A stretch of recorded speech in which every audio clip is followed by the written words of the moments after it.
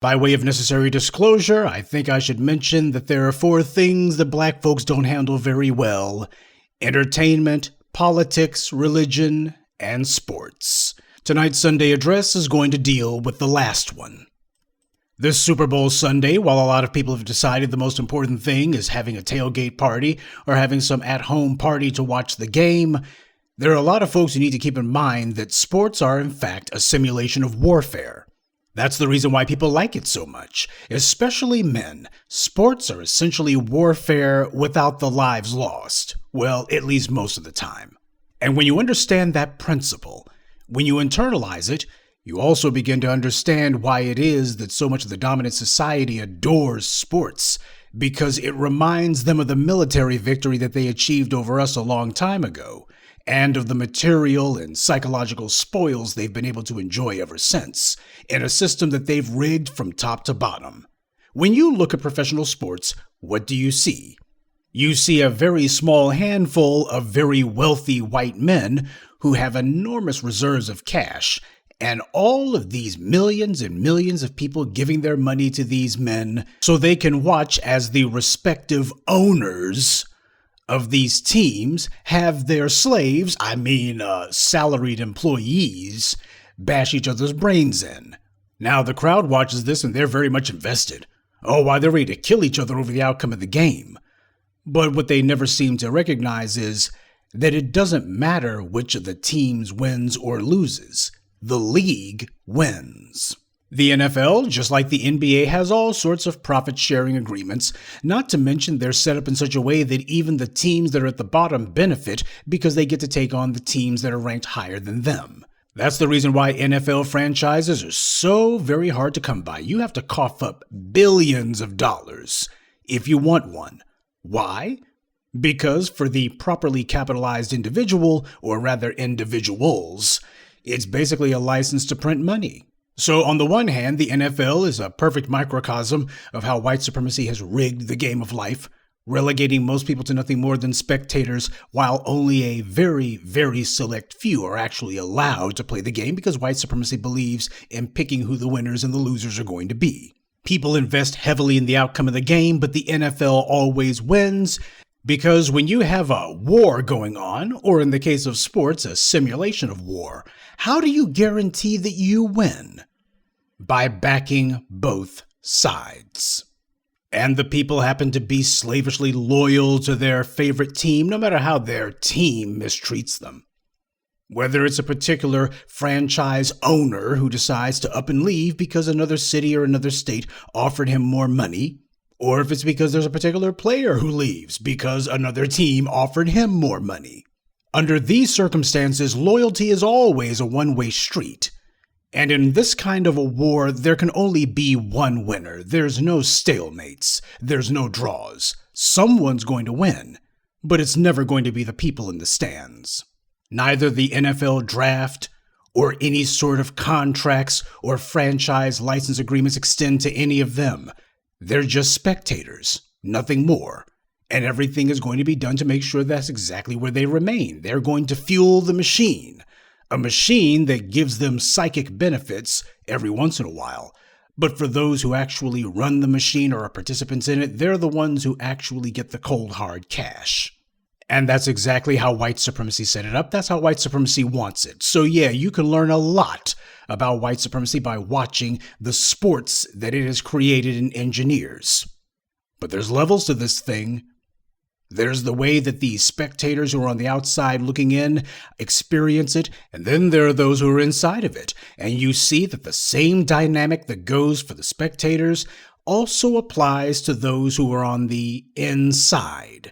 You have very wealthy, very old, very white men who use their huge amounts of cash to pay a relative pittance to a large number of very young black individuals who in many cases didn't get born with a silver spoon in their mouths or up their behinds. And as a result, these guys do what the team owners say. And no matter how hard they play, no matter how many touchdowns they score, no matter how many Super Bowls they win, They understand there is no point at which the team owner is ever going to invite them over and say, now, let's talk about when you get to be part of the ownership group, because one of these days you're going to own this team. They understand that's not going to be allowed to happen. Those franchise licenses are going to get handed down from one white generation to the next. And the best that the players can hope for is to try to negotiate the best salaried contract that they can. But as everybody knows, whenever somebody says such and such player for so-and-so team has a 7-year, $500 trillion contract, you already know that it ain't worth the freaking paper that it's written on, because it never works out that way. And of course, there is the expectation that if you're one of the people privileged enough to play for one of these teams, why, you're supposed to bleed, fill in the blank on whatever color your team's logo happens to be. Yeah, you're supposed to bleed the colors of that team. But the team owner, he's not required to bleed anything for you. He can bleed you dry. He can waive you, trade you, injure, reserve you, whatever the hell it is that he's going to do when the time comes. And should you get too uppity with your contract salary demands, or if he's looking and going, well, you just don't run as fast as you used to, boy, you already know that you're going to be out the door faster than you can say Domino's Pizza. So the young black men who play and generate billions of dollars for these old white men, they understand that loyalty is a one-way street. That the game, or should I say the war, has been rigged from the very beginning. The NFL has value because the people in the stands and the people watching on TV, like you were today, they've got the power. They decide to stop watching, the NFL becomes worthless. It becomes like the XFL or any of those other half-dozen would-be startup football leagues. They usually burn out within a year because they just couldn't get enough eyeballs. But of course, the same goes for the teams themselves. If the NFL was not able to attract top talent, if the top talent decided we're not even going to play for this, we're going to go do something else with our lives, then the NFL becomes like, well, fill in any European sports league you can think of. There's a reason why all those European leagues never achieve the lofty heights of the NFL or the NBA. They simply don't have the talent. Now, I say all that to say this. As black people, it's very important that we understand that there is a war going on. And unlike with football or sports, what's happening to us is not a simulation of warfare, it's the real thing. The war being prosecuted against us is a political war. It is a societal war, but most of all, it is an economic war. We are being subjected to economic strangulation. There are a lot of factors at work, but by far the worst factor against us, at least as far as things that we have direct control over, happens to be our lack of focus. You would never have a circumstance where you have a bunch of white people watching black people having control of an institution, having control of a particular arena of the society, without them constantly plotting how are they going to be getting their hooks in? How are they going to replace all of those black faces with some white ones? Because that's what we've seen when it comes to music, when it comes to various parts of entertainment, and even religion. You see, when it comes to other groups, they see black people, if black people have established themselves as being the face, or at least the base, of a particular arena in the society, first thing comes to their minds is, well, we're not going to be putting all of our money into these black people's pockets. How do we make sure that all those black faces get replaced? And in too many cases, we have gone right along with it. It's part of the reason why it's been so successful, these efforts to go ahead and just ease or edge or just shove black people out of the way. They've been successful because we've been going along with it. We go through this on an annual basis. My problem with the Super Bowl is not that it's sports necessarily, even though I don't give a rip about sports. But a large part of why I don't care about sports is because my people do not own it. We do not run it. You got black folks as the field hands, and sure, you'll have a few of them who actually make some money off of it, but they're not in charge of it, and they ain't making the real money. The real money's being made in the owner's box. The only black people that I see anywhere near the NFL are all employees. They don't own any part of it. They don't control any part of it. There's nothing that they have there that they can pass down. You got people like Shahid Khan, owner of the Jacksonville Jaguars, and what does he do with the massive amounts of money that's generated by the black athletes that he's paying, and all of those loudmouth, unthinking hordes in the stands and watching by TV? What does he do with all that money that they've given him? He takes that money And he spends it to start the Black News Channel so that he can have a bunch of brain-dead meat puppets like Mark Lamont Schill and the appropriately named Charles Blow. And these clowns can tell us how we need to be looking out for immigrants. We need to be looking out for the LGBT community, looking out for Latinos, looking out for non-white candidates in Boston, as long as they're not black, anybody but black. A Black News Channel that is concerned about everyone except for black people. So for all of you who have been giving money to the Jacksonville Jaguars, buying their merch, or otherwise making sure that you buy season tickets, bumper stickers, plushies, shirts, hats, whatever, I'm sure you'll be glad to know that at the very least, Mr. Shahid Khan is certainly putting your money to use against you. You are funding your own subversion. This is the thing that you need to keep in mind. This is not a matter of raining on your parade. You've got propaganda raining down against you, and he ain't the only one, but the thing about it is, there's no way to cushion the blow on this. There's no easy way to put it that you have been financing and funding the very forces working against you. There's no easy way for me to put it, so I'm not going to put it easily.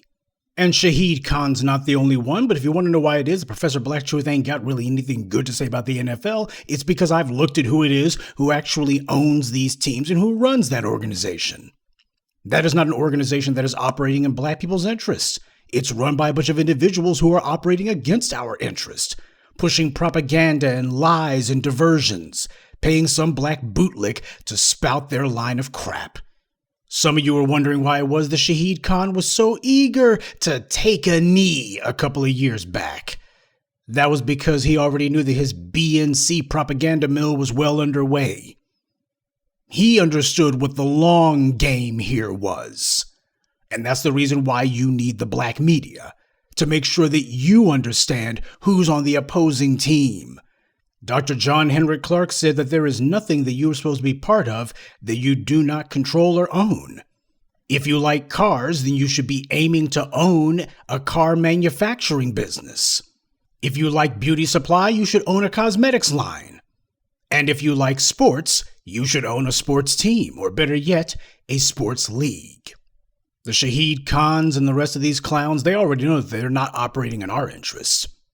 And they're well aware that many of us have realized this a long time ago. But what they're surprised at, no doubt, is that we have not focused our energies on doing anything about it.